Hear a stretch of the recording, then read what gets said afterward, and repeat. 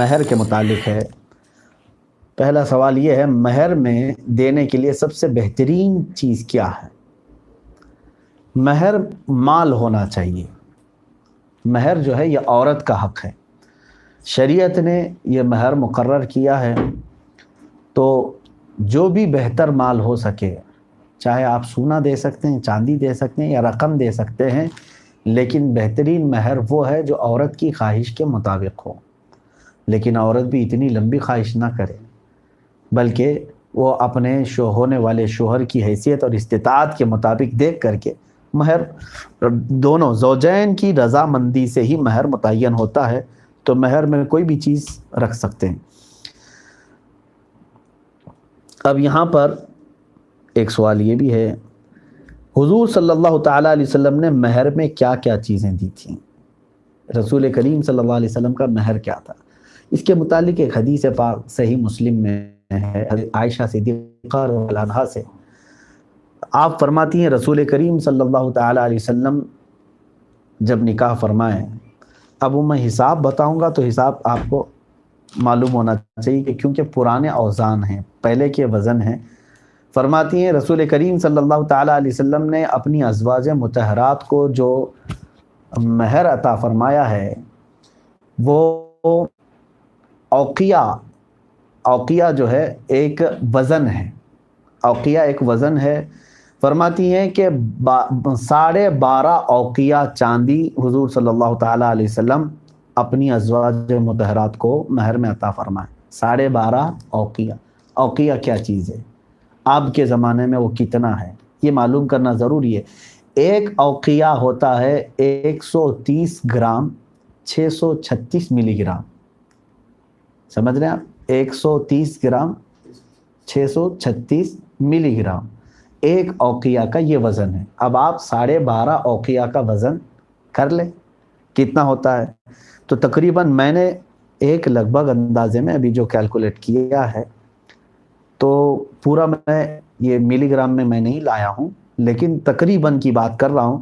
رسول کریم صلی اللہ تعالیٰ علیہ وسلم نے جو مہر عطا فرمایا وہ 1 کلو 650 گرام چاندی تھی۔ 1 کلو 650 گرام چاندی۔ تو نئے نئے دولہے محفوظ کر لیں، 1 کلو چاندی خرید لیں، 1 کلو 650 گرام چاندی۔ ہاں، اس کی قیمت بھی دے سکتے ہیں آپ، کوئی ضروری نہیں، لیکن حضور پاک صلی اللہ علیہ وسلم کا مہر آپ نے پوچھا ہے تو میں نے یہ مہر بتایا ہے۔ اور ساتھ ہی میں حضرت فاطمہ زہرا رضی اللہ تعالیٰ عنہ کا جو مہر تھا، مہر فاطمی مشہور ہے، 400 مسقال چاندی کہا جاتا ہے، لیکن جو ہمارے فقہاء کرام نے تحقیق کی ہے تو مہر فاطمہ جو تھا وہ 1 کلو 866 گرام 66 گرام 1 کg اور 866 گرام چاندی، یہ حضور پاک صلی اللہ علیہ وسلم نے حضرت فاطمہ زہرا رضی اللہ تعالیٰ عنہا کا مہر رکھا تھا، جو حضرت علی کرم اللہ وجہہ الکریم کے لیے تھا، یعنی آپ کو دینا تھا۔ تیسرا سوال ہے کہ نکاح کے لیے لڑکے والے لڑکی کے گھر والوں کو بہت پریشان کرتے ہیں، اس پر روشنی ڈالیں۔ اس پر میں نے کئی مرتبہ اپنی تفسیروں وغیرہ میں بھی کہا ہے کہ دیکھیں، ہندوستان میں بہت سارے رواج جو ہے غیر مسلموں سے لوگ لے چکے ہیں۔ اصل میں نکاح کا بوجھ پورا لڑکی کے اوپر ڈالنا یہ سراسر ظلم ہے۔ جیسے ہمارے ہاں ہو رہا ہے کہ لڑکا جو ہے یا لڑکے کی طرف سے مانگ ہوتی ہے جہیز کی، اور لڑکی کے کپڑوں کی، خود کے جوڑے کی، علاوہ الگ سے پیسوں کی، پھر گاڑی کی۔ کوئی ظلم ہے؟ تو اس طرح سے میرے آقا صلی اللہ علیہ وسلم نے حکم نہیں فرمایا، بلکہ اللہ کے نبی صلی اللہ علیہ وسلم نے فرمایا نکاح کو آسان کرو کہ زنا مشکل ہو جائے۔ اور تم نے لڑکی جن کے گھر میں پیدا ہوئی اس کے اوپر تو آفت ڈال دی ہو۔ اور اتنا ہی نہیں، شادی کرنے کے بعد کے بھی معاملات دیکھیں تو سب لڑکی کے گھر میں دولہا خرچہ کیا کرتا ہے؟ مرد ہو کر کے فقیر کی زندگی گزار رہا ہے، مرد ہے لیکن بھیک مانگ رہا ہے لڑکی سے۔ کیسی یہ بے حیائی کی بات ہے کہ اللہ تعالیٰ نے تمہیں مرد پیدا کیا، تم کو معاش کا ذمہ دیا، تم کماتے ہو، لیکن بیچاری جو نہیں کماتی اسی سے تم جہیز بھی مانگ رہے ہو، گاڑی بھی مانگ رہے ہو، پیسے بھی، اور اپنے پہننے کا جوڑا بھی۔ اتنا ہی نہیں، شادی میں پوری بارات لے کر کے اسی کے گھر پہ ٹپکتے ہیں اور پورا کا پورا اس کا صاف کر کے آئیں، اور اس میں بھی اگر کچھ کمی ہو تو ہمیشہ کے لیے اس کو عیب لگائیں۔ یہ ظلم نہیں ہے؟ میں نے دیکھا ہے کہ یہاں پر لڑکے یہاں سوائے ولیمے کے کوئی خرچہ نہیں کرتا، ولیمے کے بعد بھی ساری جمعہ کی وہیں جا کر کے کرتا ہے لڑکی کے گھر میں، پھر بچہ کے پہلے کی بچے کی ولادت ہو تو وہ بھی لڑکی کے گھر والے پر، کا عقیقہ ہو تو وہ بھی لڑکی کے گھر والے پر۔ تم نے احسان کر دیا کیا لڑکی کے گھر پہ ایک بچہ پیدا کر کے؟ تمہاری ذمہ داری ہے۔ عرب میں یہ رواج نہیں ہے آج بھی، وہاں پر لڑکے کے اوپر ہے، لڑکے کے اوپر ہے کہ لڑکا عورت کو دے کر کے لائے گا، کیونکہ وہ اللہ نے اس کو تمہارے حوالے کیا ہے، نہ کہ تم کو اس کے حوالے کیا ہے۔ دلہنے ہوئے ہیں، حقیقت تو یہ ہے کہ یہ ان کو دلہن ہونا چاہیے کہ یہ سب مانگ رہے ہیں بیچارے، کیونکہ عرب میں دلہن مانگتی ہے، مہر مانگتی ہے، جہیز وہ مانگتی ہے، وہ گھر مانگتی ہے کہ مجھے لے کر جا رہے ہو کہاں رکھو گے۔ اسی طرح بیچارہ ہمارا ہندوستانی لڑکا مانگتا ہے جو کہ دلہن بن رہا ہے۔ تو میں نوجوانوں سے کہوں گا تم بے حیا دلہن مت بنو، اللہ نے تمہیں مرد بنایا ہے، تم خود اپنے ہاتھ سے کماؤ اور عورت کا اچھا مہر دو اور اس کے گھر سے مطالبے نہ کرو۔ اسلامی رواج اور شریعت میں ایسی کوئی چیز نہیں۔ ہاں اس کا باپ، لڑکی کا باپ جو خوشی سے دے دے اس کو لے کر کے آؤ، کہ یہ بھی سنت ہے کہ وہ گھر گرہستی کی چیزیں باپ خوشی سے اپنی بیٹی کو دیتا ہے تو وہ لے کر کے آئے، اس میں کوئی حرج نہیں، لیکن مطالبہ کرنا ناجائز ہے۔ عورت کے گھر سے اس طرح کی فرمائشیں کرنا، فلاں چیز چاہیے فلاں چیز چاہیے، یہ ہمارے ہاں غیر مسلموں سے آیا ہے۔ میں مسلمانوں سے گزارش کروں گا ہرگز ہرگز اس بلا میں نہ پڑو، ورنہ اللہ تعالیٰ تمہیں حقیر اور ذلیل بنا دے گا، کیونکہ حدیث میں ہے جس نے عورت کے مال کو دیکھ کر کے نکاح کیا، میرے آقا صلی اللہ علیہ وسلم نے فرمایا ان قریب اللہ تعالیٰ اس کو محتاج بنا دے گا، بھکاری بن کر کے رہو گے۔ اور ایک سوال یہ، آج کے دور میں انگیجمنٹ کے بعد بہت سے لوگ ایک دوسرے سے بات کرنے لگ جاتے ہیں، کیا یہ جائز ہے؟ بھائی یہ انگیجمنٹ کا مطلب سمجھ رہے ہیں آپ کہ بس ایک شادی پکی کرنے کی بات ہے، نہ کہ شادی ہوئی، شادی پکی کرنے کی۔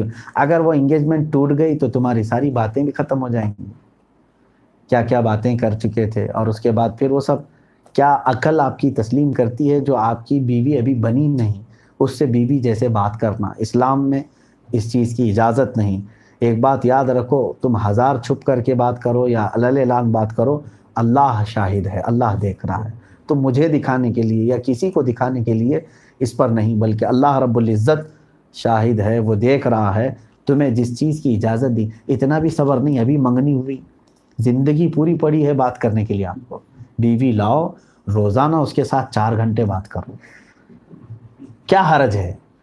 لیکن یہ دیکھنے کو ملتا ہے جتنی باتیں ہیں وہ سب شادی سے پہلے ہی کی، انگیجمنٹ سے شادی کے بیچ کا جو وقفہ ہے وہ تقریباً پوری زندگی کی باتیں وہیں کر چکے ہوتے ہیں۔ کیونکہ یہ بھی سوالات بہت آتے ہیں ہمارے پاس عورتوں کے کہ ہمارا شوہر 5 منٹ بھی دیتا نہیں ہم کو، گھر میں بیٹھتا ہی نہیں ہے، آتا ہی نہیں ہے۔ تو میں نے یہی کہا یہ صاحب جتنا بات کرنا تھا وہ تم سے انگیجمنٹ کے بعد کر چکا ہے، اب کیا کرے گا بیچارہ۔ ہاں جنہوں نے بات نہیں کیا اللہ تبارک و تعالیٰ ان کے دلوں میں محبت رکھے۔ اب یہاں پر ایک طریقہ، ایک صاحب نے اور بھی سوال کیا ہے، اسی سوال کو میں اس میں جوڑ کر کے کہہ دوں گا۔ آج کل کیونکہ کمیونیکیشن بڑھ چکی ہیں تو جب انگیجمنٹ ہو جائے، سوال انہوں نے کیا دولہا انگیجمنٹ اپنے سسر اور ان کے چند گواہوں کے سامنے نکاح کر لے اور یہ کہہ دے کہ قبول ہے، تاکہ آگے چل کر کے اپنی ہونے والی دلہن سے بات کر سکے، تو کیا یہ جائز ہے؟ بالکل یہ بہت اچھا طریقہ ہے۔ میں تو یہ کہتا ہوں کہ انگیجمنٹ جب ہو رہی ہے، آپ ویسی بھی انگیجمنٹ ہلکی پھلکی کہاں کر رہے ہیں آج، اس کے لیے بھی ہال بک کر رہے ہیں، دعوت دے رہے ہیں، ساری تقریباً ایک شادی کے جیسے کر رہے ہیں۔ تو کیوں نہ ان دونوں کو بٹھا کے قبل تو کہلا دیں، قبول ہے کہلا دیں، ہو گیا، وہ دونوں ایک دوسرے کے لیے حلال ہو گئے۔ جب رخصت کرنا ہے ہو سکتا ہے ایک اور ریسیپشن رکھ لیں شادی کی۔ یہ اگر 2 گواہ وہاں پر موجود ہیں، اب سسر ہو یا نہ ہو ضروری نہیں ہے، لیکن آپ کے اور آپ کی بیوی کے درمیان 2 گواہ ہیں وہاں پر انگیجمنٹ کے بعد، اور لوگ جان بھی رہے ہیں، اسی وقت اگر ایجاب و قبول ہو گیا تو وہ نکاح ہی ہو گیا۔ اس کے بعد آپ کھل کر کے بات کرو، آپ کی بیوی ہے وہ شرعی بات کر سکتے آپ، صبح بات کرو، دوپہر میں بات کرو، رات میں بات کرو، کل بات کرو۔ یہ طریقہ اچھا ہے کہ انگیجمنٹ میں ہی ایجاب و قبول ہو جائے، اور جب اس کو عورت کو لانا ہے تب پھر آپ کوئی شادی کا دن مقرر کر کے عورت کو رخصت کرو۔ ایسا بھی حضور اکرم صلی اللہ تعالیٰ علیہ وسلم نے حضرت عائشہ صدیقہ رضی اللہ تعالیٰ عنہ کے ساتھ ایسے ہی فرمایا۔ پہلے 3 سال پہلے ماں عائشہ صدیقہ رضی اللہ تعالیٰ عنہ سے حضور کا نکاح ہوا، لیکن حضور کے حرم میں وہ آئی نہیں، 3 سال کے بعد وہ رخصت ہو کر حضور صلی اللہ علیہ وسلم کے حرم میں تشریف لائیں۔ تو اس طرح بھی آپ چاہیں تو کر سکتے ہیں۔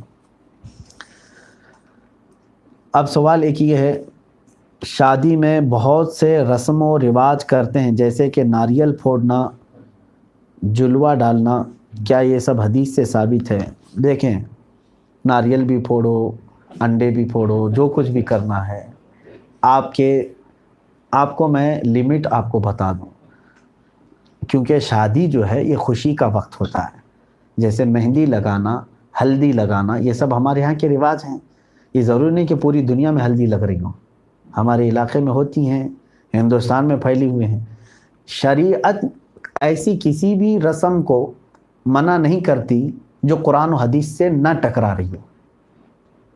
بات سمجھ میں آ رہی؟ خوشی آپ کے لیے جائز ہے، بس اتنا دیکھیں کہ شریعت کے خلاف کوئی چیز تو نہیں جا رہی۔ ہاں، ہلدی کھیلنے میں، آپ لیمو کھیلنے میں، کہیں لڑکیوں کے ساتھ، عورتوں کے ساتھ بے تکلف ہو گئے، خلط ملط ہو گیا، ایک حرام کام آپ نے کیا، اور ایسا رسم جائز نہیں۔ باقی آپ سارے لوگ ہلدی ایک آپ کر رہے ہیں، وہاں ضیاء بھی نہ ہو۔ آپ اگر ہلدی چہرے وغیرہ پہ گورے ہونے کے لیے لگاتے ہیں تو خوب لگائیں، سارے ایک دوسرے کو لگا لیں، اس رسم میں کوئی وہ نہیں، شریعت اس کو منع نہیں کر رہی ہے۔ اسی طرح سے اب یہ جلوے کی بات ہے، جلوہ کیا چیز؟ وہی جو رخصتی کے وقت جو عورتیں گیت گاتی ہیں، یہی کوئی حرج نہیں۔ پہلے مجھے وہ شعر سننا پڑے گا کہ عورتیں گاتی کیا ہیں، مطلب اگر وہ کوئی کفریہ باتیں نہیں کہتی ہیں، حرام باتیں نہیں کہتی ہیں تو خوب وہ گائیں، کوئی مسئلہ نہیں، کیونکہ عرب میں بھی رواج تھا کہ جب دلہنوں کو رخصت کیا جاتا تھا تو آس پڑوس کی جو سہیلیاں ہوتی تھیں وہ گنگناتی تھیں، اور حضور پاک صلی اللہ علیہ وسلم نے اس کی اجازت عطا فرمائی، کیونکہ وہ خوشی کا دن ہے۔ بلکہ اللہ کے حبیب صلی اللہ علیہ وسلم نے فرمایا اعلنوا النکاح واضربوهن بالدفوف، نکاح کا اعلان کرو اور اس وقت جو ہے دف بجا کر کے آواز سے لوگوں کو بلاؤ، چھپ کر کے نکاح نہیں ہوتا۔ تو دف بجانے کی اجازت جب ہے تو یہ خوشی شریعت کی لمٹ میں ہے، شریعت کے حدود میں۔ تو میں نے ہر ایک، اب کیا کیا میں رسم و رواج آپ کو بتاؤں کہ بہت ساری جگہوں پر وہ ہے، یہ ہے، یہ ہے، ایک فارمولہ بتا دیا کہ کوئی ایسا رسم جس میں حرام کاری ہو رہی ہو اس سے بچیں، باقی کوئی بھی خوشی آپ کر سکتے ہو کریں۔ حرام کاری جیسے اجنبی مرد کا اجنبی عورتوں سے ایک دوسرے کو مل جانا، خلط ملط ہونا، ناچنا، ڈانس کرنا، یا حرام چیزوں کی گنگنانا، جیسے گانوں پر رقص ہوتا ہے، یہ تمام چیزیں اگر نہیں ہیں تو سارے رسم و رواج شادی میں جائز ہیں، کوئی حرج نہیں۔ اور سوال ہے، کیا نکاح کے لیے بنا داڑھی والا انسان کی گواہی لے سکتے ہیں؟ ہاں لے سکتے ہیں، لیکن اس داڑھی والے کو کہیں کہ آئندہ چل کر داڑھی رکھ لے، سنت ہے۔ دوسرے مذہب کے لڑکی یا لڑکے سے شادی کرنا اسلام میں کیسا ہے؟ ناجائز ہے، آپ کی شادی ہوگی ہی نہیں جب تک کہ وہ اسلام قبول نہ کرے۔ دوسرے مذہب کے ساتھ تمہارا نکاح ہی نہیں ہوا، بلکہ وہ زنا ہے، کیونکہ اللہ تعالیٰ نے فرمایا وَلَا تَنْكِحُوا الْمُشْرِكَاتِ حَتَّى يُؤْمِنْ، تم مشرکوں سے ہرگز نکاح نہ کرو جب تک کہ وہ ایمان نہ لائیں۔ اور اللہ نے فرمایا وَلَعَبْدٌ مُؤْمِنٌ خَيْرٌ مِّن مُشْرِكٍ، اگرچہ تم کو وَلَوْ أَعْجَبَكُمْ، اگرچہ تم کو کوئی کافر پسند آئے، لیکن اللہ فرماتا عَبْدٌ مُؤْمِنٌ خَيْرٌ، مومن بندہ سب سے تو بہتر ہے تمہارے لیے۔ وہ لڑکی کے لیے بھی فرمایا گیا، لڑکے کے لیے بھی، اور مومنہ عورت تمہارے لیے سب سے بہتر ہے۔ ہاں اگر کوئی اسلام میں آ چکے ہیں، جیسے بہت سارے لوگ یہ سمجھتے ہیں کہ یہ بھی ایک ثواب کا کام ہے، سارا ثواب کا کام کسی عورت کو نکاح کرنے میں ہی کچھ نوجوان سمجھتے ہیں کہ وہ تھی نان مسلم، میں نے اس کو اسلام قبول کروا دیا ہے، وہ مسلمان بنی ہے۔ میرے عزیزوں، صرف شادی کے لیے اگر کوئی اسلام آیا ہے تو وہ پتہ نہیں اسلام کب تک ٹھہرتا ہے۔ اب اگر کوئی توبہ کر بھی لیتا ہے تو شریعت نے یہاں پر وہ بھی ایک ہمارے پاس سسٹم رکھا ہے کہ 6 مہینے انتظار کیا جائے، کیونکہ توبہ کے آثار ظاہر ہونا چاہیے کہ وہ سیریس ہے یا نہیں، یا تو پھر وقتی طور پر توبہ کیا ہے۔ تو اگر کوئی اسلام بھی لایا ہے تو اس کو 6 مہینے انتظار کریں اور چاہیں تو اس کے بعد نکاح کر لیں۔ سوال یہ ہے اگر دولہا جہیز نہ لے اور مہر بھی ایسا دے کہ ہونے والی زوجہ کو اتنے سورے یاد کروائے گا اور دلہن بھی اس چیز سے راضی ہے، تو ایسا مہر کیسے ادا کیا جائے؟ کیونکہ مہر شادی سے پہلے ادا کرنا ہوتا ہے۔ حدیث پاک میں اس کا ذکر تو ہے۔ حضور اکرم صلی اللہ علیہ وسلم کے پاس ایک خاتون آئی، یہ ابھی حدیث ہم نے ابھی پڑھی، انہوں نے کہا کہ میرا نکاح آپ چاہیں تو کر لیں۔ حضور صلی اللہ علیہ وسلم نے توجہ نہیں فرمائی۔ محفل میں بیٹھے ہوئے ایک صحابی تھے، انہوں نے کہا یا رسول اللہ صلی اللہ علیہ وسلم اگر آپ رغبت نہیں رکھتے تو مجھے نکاح کروا دیں۔ اللہ کے حبیب صلی اللہ علیہ وسلم نے فرمایا ٹھیک ہے، تمہارے پاس کچھ مہر ہے دینے کے لیے؟ انہوں نے کہا میں غریب ہوں، کچھ بھی نہیں ہے۔ کہا جاؤ ایک انگوٹھی اگر مل جائے تم کو، لوہے کی انگوٹھی ہو تو لے آؤ، مہر میں کچھ تو دینا ہوگا۔ انہوں نے کہا میرے پاس لوہے کی انگوٹھی تک بھی نہیں۔ سب چلے گئے محفل میں۔ حضور اکرم صلی اللہ علیہ وسلم نے اس صحابی سے پوچھا حل معک من القرآن، کیا تمہارے پاس تم کو قرآن کی کوئی سورہ یاد ہے؟ انہوں نے کہا ہاں کذا و کذا، یہ سورتیں یاد ہیں۔ کہا جاؤ اس خاتون کو وہ سورتیں یاد کراؤ، یہی تمہارا مہر ہے۔ تو قرآن کی تعلیم کو حضور صلی اللہ علیہ وسلم نے مہر مقرر فرمایا۔